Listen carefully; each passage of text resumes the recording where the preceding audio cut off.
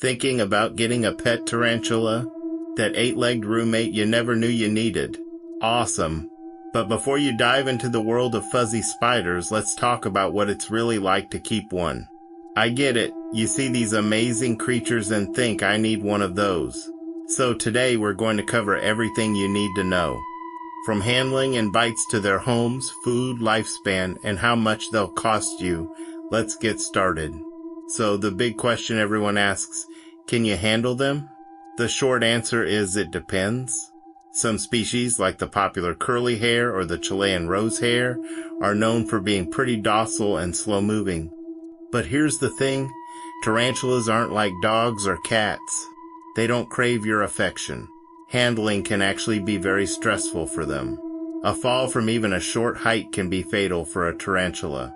Plus, they have these tiny, irritating hairs on their abdomen that they can flick at you if they feel threatened. It's not dangerous, but it can make your skin super itchy. So, while some keepers do handle their tarantulas carefully, many prefer to treat them as fascinating display animals. It's often safer for both of you. Alright, let's address the elephant in the room, or rather, the spider. Do they bite? Yes, they can. A tarantula will bite as a last resort when it feels its life is in danger. The good news is, for most common pet species, a bite is not medically significant to humans unless you have a specific allergy. People often compare it to a bee sting. It'll hurt, it'll swell a bit, but you'll be fine. The key is to learn your tarantula's body language. If it rears up and shows its fangs, that's a clear signal to back off. Give it space and you'll likely never have to worry about a bite. Respect the spider and the spider will respect you. Now for the fun part, setting up their home. Tarantula enclosures don't need to be huge or complicated. In fact, a space that's too big can make it hard for them to find their food. A good rule of thumb is an enclosure that asks about 3 times their leg span in length and twice their leg span in width. For terrestrial or ground-dwelling species, ULL want more floor space and a deep layer of substrate like coconut fiber or peat moss so they can burrow. For arboreal or tree-dwelling species, you'll need a taller enclosure with branches and cork bark for climbing. Proper ventilation is key to prevent mold, and a small water dish will keep them hydrated.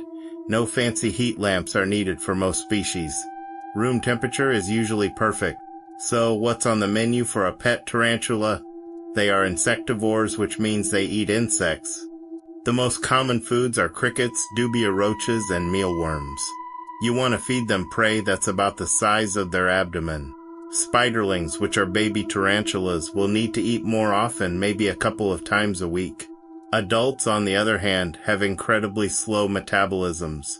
An adult tarantula might only eat once every week or even once a month. Don't be alarmed if your tarantula goes on a hunger strike, especially before a molt. It's completely normal.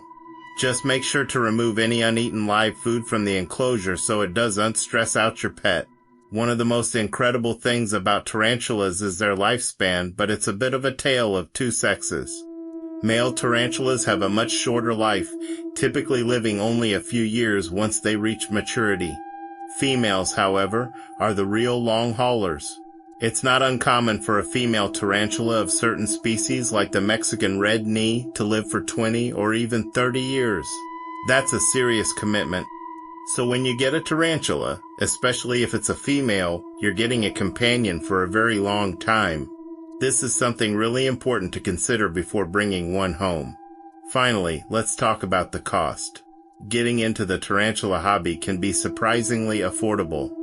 The tarantulas themselves can range from around $20 for a common spiderling to several $100s for a rare or large adult female. A simple enclosure can be a modified plastic container that costs just a few bucks, or you can go for a fancy acrylic or glass terrarium for a bit more. Substrate, a water dish, and some decorations are also very cheap, and they're food. A tub of crickets or roaches will last you a long time. All in all, you can get fully set up with your first tarantula for well under $100, making it one of the most budget-friendly exotic pets out there. So there you have it. Tarantulas are fascinating, low-maintenance, and beautiful pets that don't require a lot of space or money. They might not be cuddly, but watching them hunt, burrow, and molt is an incredibly rewarding experience. If you're looking for a unique pet that will captivate you for years to come, a tarantula might be the perfect choice. Thanks for watching. If you enjoyed this video, give it a like and subscribe for more amazing animal content. See you next time.